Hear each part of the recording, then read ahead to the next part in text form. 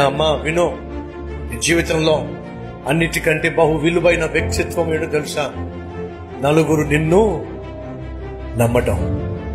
అలా నిన్ను నమ్మిన వారిని నీ జీవితంలో ఎప్పుడూ కూడా వమ్ము చేసే ప్రయత్నము చేయొద్దు. నిన్ను నమ్మిన వారిని వంచే ప్రయత్నం చేయొద్దు. నిన్ను నమ్మిన వారిని మోసం చేసే ప్రయత్నం చేయొద్దు. అంతకంటే నమ్మక ద్రోహం మరొకటి ఉండదు. కష్టం రాని, శ్రమ రాని, బాధ రాని, మరేమైనా కానీ నిన్ను నమ్మిన వారికి మాత్రం ద్రోహం చేయదు, అన్యాయం చేయదు, మోసం చేయదు. నీ నమ్మకాన్ని మాత్రం వమ్ము చేసుకోవద్దు. ఎందుకు తెలుసా? ఒకసారి నమ్మకం పోయిందంటే మళ్ళా మనుషులు నిన్ను నమ్మడం అంత సాధ్యము కాదు. కాబట్టి చెప్తున్నాను, ఏమైనా పోగొట్టుకో, కానీ నిన్ను నమ్మిన వారి యొక్క నమ్మకాన్ని మాత్రం పోగొట్టుకోవద్దని ప్రభు పేరట మనం చూస్తున్నాం.